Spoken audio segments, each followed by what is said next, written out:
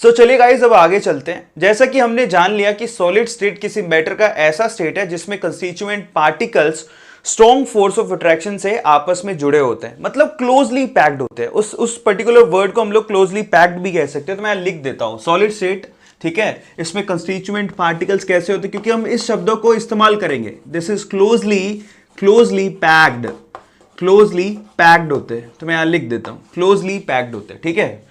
सो constituent particles closely packed होते हैं, उसको हम लोग सॉलिड स्टेट बोलते हैं। तो फाइनली सॉलिड्स को हम लोग दो पार्ट में डिवाइड करते हैं, ठीक है। सो सॉलिड को दो पार्ट में डिवाइड करते हैं। कौन कौन से पार्ट हैं जरा चेक कीजिए। देखिए सॉलिड्स को हम लोग दो पार्ट में डिवाइड करते हैं। मैं यहां पे लिखता हूं दोनों पार्ट्स को और उनके बारे में ही हम लोगों को बात करनी है। सबसे पहले तो होता है क्रिस्टलाइन सॉलिड्स। क्या होता है? क्रिस्टलाइन सॉलिड्स, बस इसी के बारे में हमें पढ़ना है। सबसे पहले तो क्रिस्टलाइन सॉलिड्स, और दूसरे होते हैं एमोर्फस सॉलिड्स। क्या होते हैं?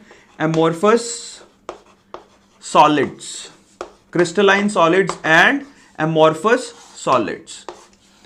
दो तरह से सॉलिड को हम लोग क्लासिफाई कर सकते हैं, crystalline solids and amorphous solids, ठीक है। अब देखिए मैं आपको एग्जांपल देता हूं। जैसे कि आपको पता है कि ये जो चौक मैं इस्तेमाल जो कर रहा हूं और मार्बल दोनों एक ही मटेरियल के बने होते हैं, कैल्शियम कार्बोनेट, हम जानते हैं इस चीज को।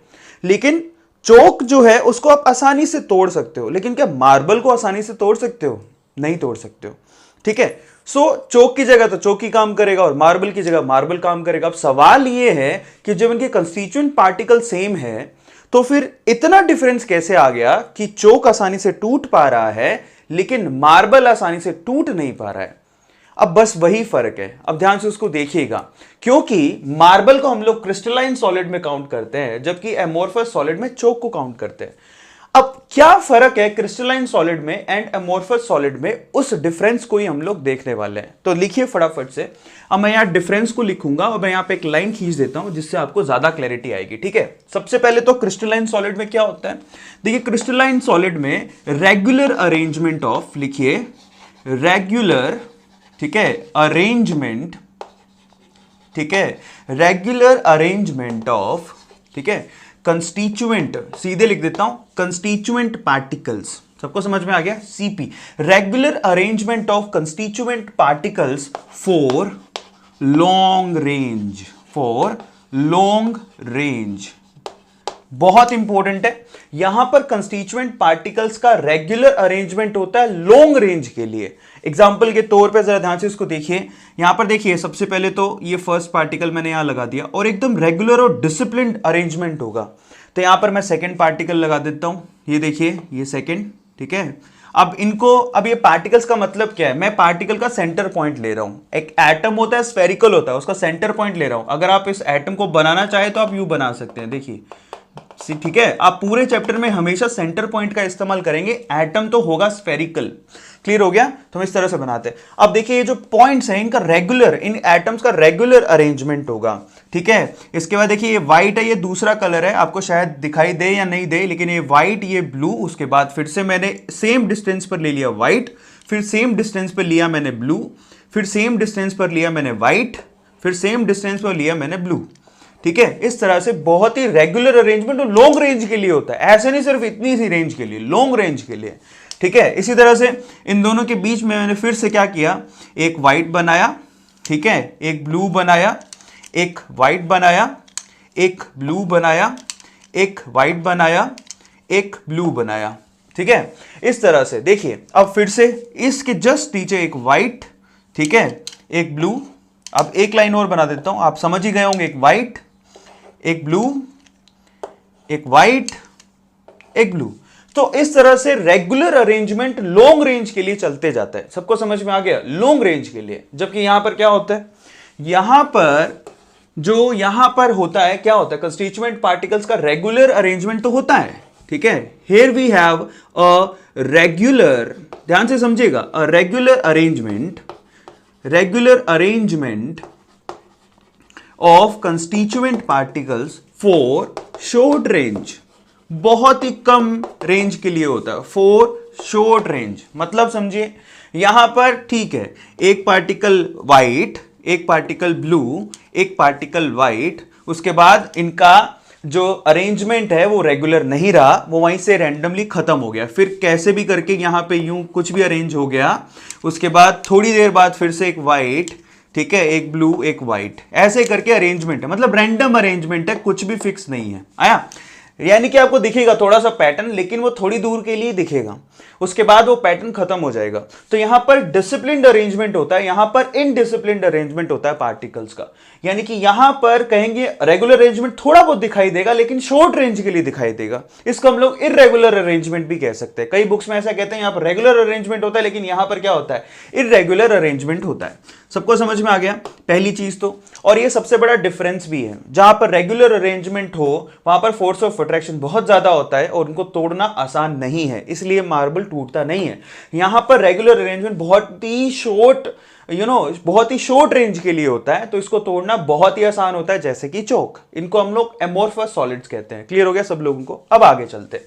नेक्स्ट देखिए इसमें सेकंड पॉइंट क्या है, crystalline solids are called true solids. इनको क्या कहते हैं हम लोग, ट्रू सॉलिड्स के नाम से जानते हैं। These are actually true solids, और पूरे चैप्टर में हमें क्रिस्टलाइन सॉलिड्स ही पढ़ने हैं, एमोर्फस सॉलिड्स नहीं पढ़ने हैं। दीज आर ट्रू सॉलिड्स, ठीक है, बट इनको क्या बोलते हैं, these are not true solids, these are pseudo solids. इनको हम लोग स्यूडो सॉलिड्स भी कहते हैं, या फिर इनको सॉलिड क्या कहते हैं, सुपर कूल्ड लिक्विड भी कहते हैं। क्या कहते हैं, सुपर कूल्ड लिक्विड्स। जैसे कि ग्लास, आपको पता है ग्लास आपने देखा होगा, लेकिन वो एक्चुअल में क्रिस्टलाइन सॉलिड नहीं है, ठीक है, या वो ट्रू सॉलिड नहीं, वो स्यूडो सॉलिड है, या फिर उसको सुपर कूल्ड लिक्विड भी कहते हैं। अगर आपने ग्लास को ध्यान से देखा हो, तो जब आप ग्लास नया नया प्लेस कर देते हैं, आपके जैसे जैसे समय बीतता जाता है, आप कभी देखिएगा कि ग्लास के बिल्कुल नीचे जैसे जैसे ग्लास क्या है, सुपर कूल्ड लिक्विड है, समय बीतता जाए तो वो धीरे धीरे क्या होता है, नीचे से उसकी थिकनेस बढ़ने लगती है ग्लास की, और ऊपर से पतला हो जाता है। कभी भी गौर से कभी ट्राई करना, अगर आप कहीं 5 साल 4 साल से रह रहे हो, उन ग्लासेस की थिकनेस को ट्राई करना, ऊपर से वो उसकी थिकनेस कम हो जाएगी, नीचे से थिकनेस बढ़ जाएगी। क्यों? क्योंकि ग्लास धीरे धीरे क्या करता है, क्योंकि सुपर कूल्ड लिक्विड है, तो धीरे धीरे बह के नीचे आ जाता है, और नीचे जो विड्थ है उसकी बढ़ने लगती है। ये ग्लास की खास बात होती है। So those are called super cooled liquids, those are not called true solids. So finally इनको हम लोग ट्रू सॉलिड्स कहते हैं, जबकि उनको हम लोग सुपर कूल्ड लिक्विड्स कहते हैं, और कुछ नहीं है, ठीक है, यानी कि स्यूडो सॉलिड्स कहते हैं। सो ये सबसे इंपॉर्टेंट सेकंड पॉइंट हो गया। अब थर्ड पॉइंट की तरफ चलते हैं, जो कि लिटरली बहुत ही ज्यादा इंपॉर्टेंट है। अगर आपको सही में पहचानना है कि क्रिस्टलाइन सॉलिड और अमोर्फस सॉलिड में क्या डिफरेंस है, तो ये पॉइंट आपको सबसे ज्यादा काम देगा। क्या है? देखो, क्रिस्टलाइन सॉलिड के लिए जो मेल्टिंग पॉइंट होता है, the melting point of crystalline solid is sharp. Sharp होता है। शार्प का मतलब, अगर मैं कह दूं कि कोई क्रिस्टलाइन सॉलिड है, उसका melting point suppose 120 degree Celsius है, तो एक्चुअल में वो 120 डिग्री सेल्सियस पे मेल्ट हो ही जाएगा। मैं एक एग्जांपल के तौर पे बता रहा हूं कि इसी पॉइंट पे वो कंप्लीटली मेल्ट हो जाएगा। आपको पता है मेल्टिंग पॉइंट फिक्स होता है जब तक उसकी पूरी शेप चेंज नहीं हो जाए। तो वो किसके लिए फिक्स होता है? एक्चुअल में क्रिस्टलाइन सॉलिड्स के लिए फिक्स होता है। सबको समझ में आ गया? तो उनका मेल्टिंग पॉइंट फिक्स होता है। फिक्स मतलब इसी पॉइंट पर पूरा का पूरा सॉलिड लिक्विड में कन्वर्ट हो जाएगा और टेम्परेचर चेंज होगा भी नहीं। लेकिन अमोर्फस सॉलिड के साथ ऐसा नहीं होता। जैसे कि plastic is a kind of amorphous solid. आपके पास जो चेयर है, सपोज आप जहां पे भी बैठ के देख रहे हो, चेयर पे बैठ के देख रहे हो, प्लास्टिक जो होता है वो अमोर्फस सॉलिड होता है। अब वो अगर आप चाहते हो कि वो जो प्लास्टिक है उसको जला के मैं लिक्विड में कन्वर्ट करूं, तो वो क्या होगा, एक पर्टिकुलर फिक्स टेम्परेचर पे वो लिक्विड में कन्वर्ट नहीं होगा। वो पहले नरम होगा। आप प्लास्टिक करके देखिएगा, प्लास्टिक को आप जब हीट दोगे ना, तो पहले प्लास्टिक नरम होगा, नरम होने के बाद वो लिक्विड में कन्वर्ट होगा, और पूरा लिक्विड में कन्वर्ट एक ही टेम्परेचर पे होगा ही नहीं। वो टेम्परेचर रेंज में कन्वर्ट होते हैं लिक्विड के अंदर।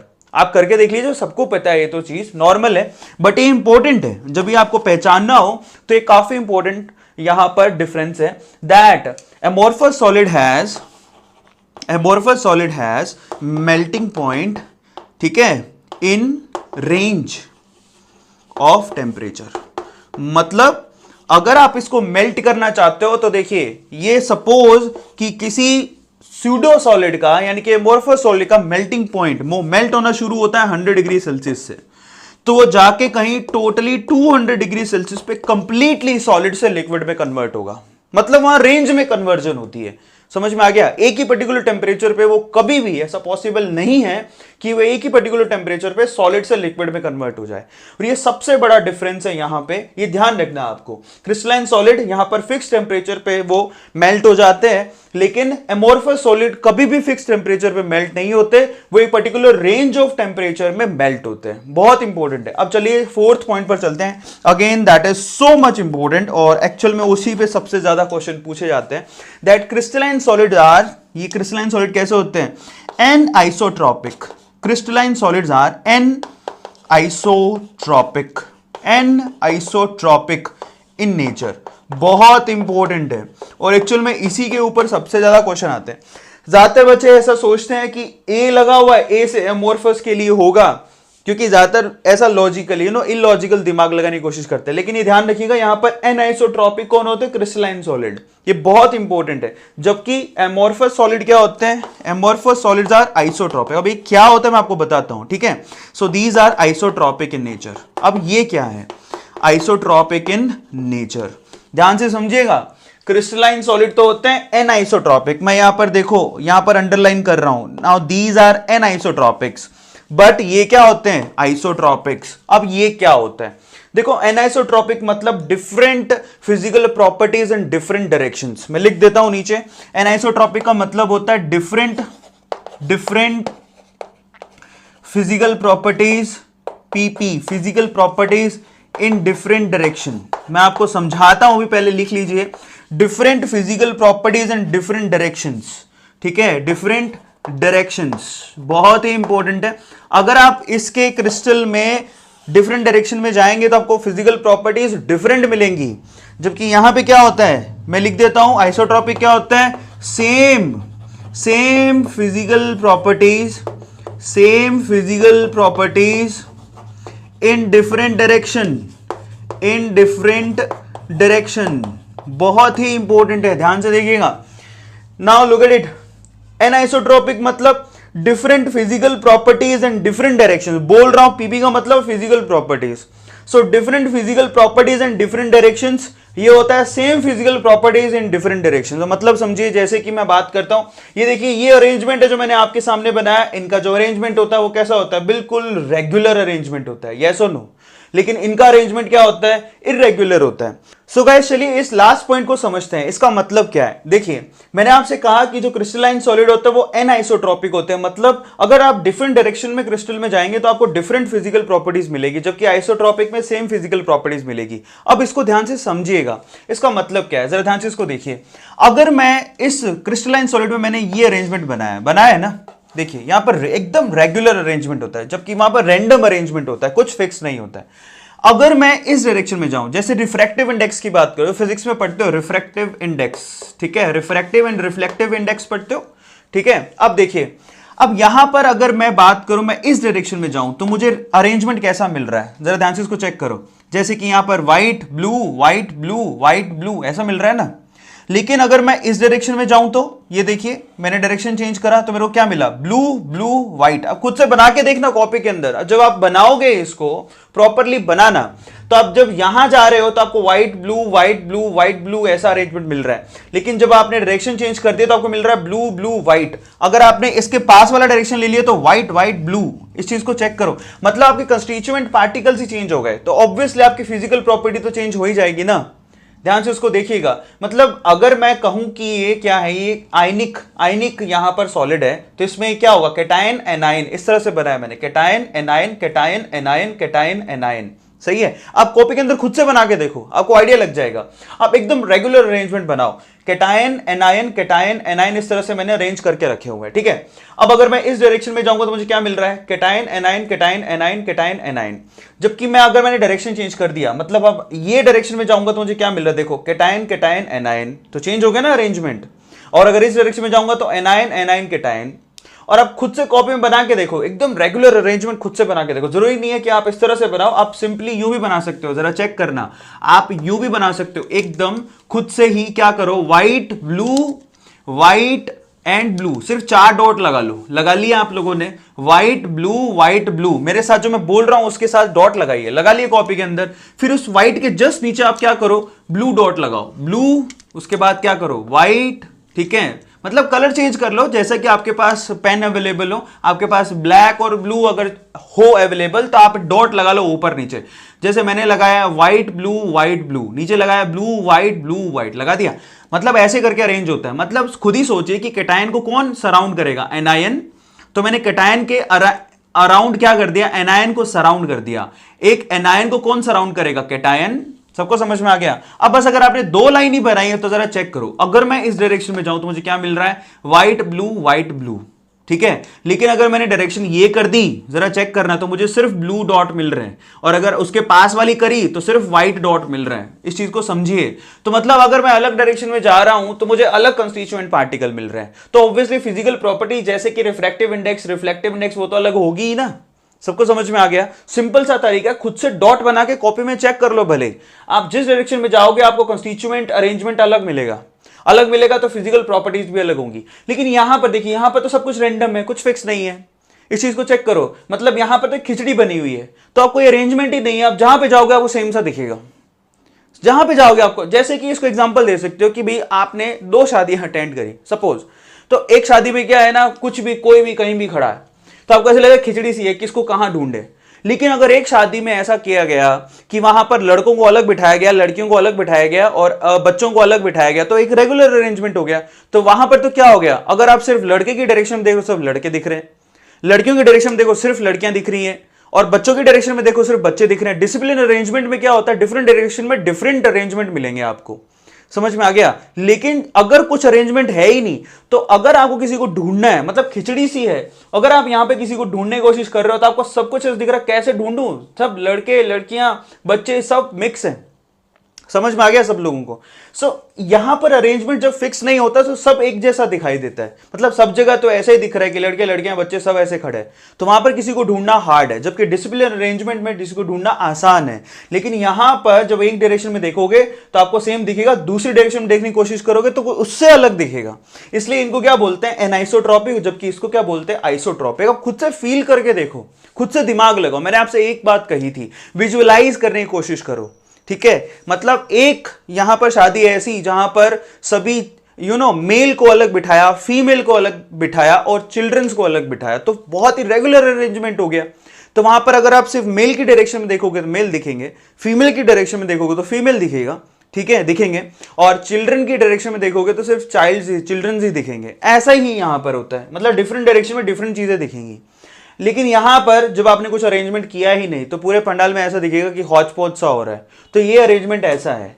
सबको समझ में आ गया। तो आप किसी भी डायरेक्शन में देख लो, आपको ऐसे दिखेगा। आप जो भी डायरेक्शन में देखोगे, अरे यहां पर मेल भी है, फीमेल भी है, चिल्ड्रन भी है। उधर देखा मेल भी है, फीमेल भी है, चिल्ड्रन भी है। इधर देखा मेल भी है, फीमेल भी है, चिल्ड्रन भी है। तो सब चीजें क्या है, सब जगह एक ऐसा दिखा है, खिचड़ी सी बनी हुई है, हौच पौच।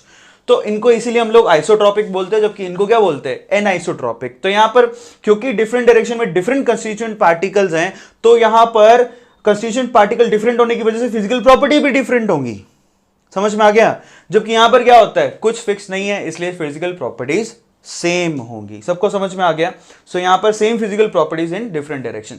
सो ये 4 ऐसे पॉइंट है जो कि काफी ज्यादा इंपॉर्टेंट है, इवन बहुत ही ज्यादा। एग्जांपल देने जाओ तो यहां पर एग्जांपल क्या लिखोगे, जैसे कि NaCl, जैसे कि क्वार्ट्ज, ठीक है, KCl, ZnS, बहुत सारे एग्जांपल दे सकते हैं जिसको हमें आगे पढ़ना ही है, CaF2।